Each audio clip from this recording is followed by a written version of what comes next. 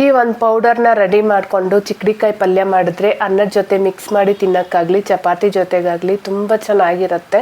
ನಮ್ಮ ಮನೆಯಲ್ಲಿ ಸಾಂಬಾರ್ಗೆ ಚಿಕ್ಕಡಿಕಾಯಿನ ಹಾಕಿದ್ರೆ ಅಷ್ಟಾಗಿ ಇಷ್ಟಪಡಲ್ಲ, ಆದ್ರೆ ಈ ಪಲ್ಯ ಮಾತ್ರ ಎಲ್ಲರಿಗೂ ಇಷ್ಟ ಆಗತ್ತೆ.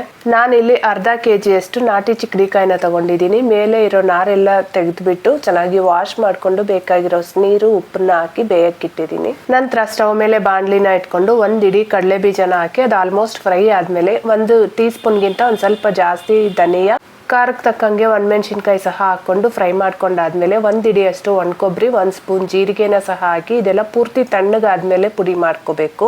ಕೊನೆಯಲ್ಲಿ 1 ಚಿಕ್ಕ ಗಡ್ಡೆ ಬೆಳ್ಳುಳ್ಳಿ ಸಹ ಹಾಕಿ ಪುಡಿ ಮಾಡ್ಕೋಬೇಕು. ಅಷ್ಟರಲ್ಲಿ ಚಿಕ್ಕಡಿಕಾಯಿ ಸಹ ಚೆನ್ನಾಗಿ ಬೆಂದಿದೆ.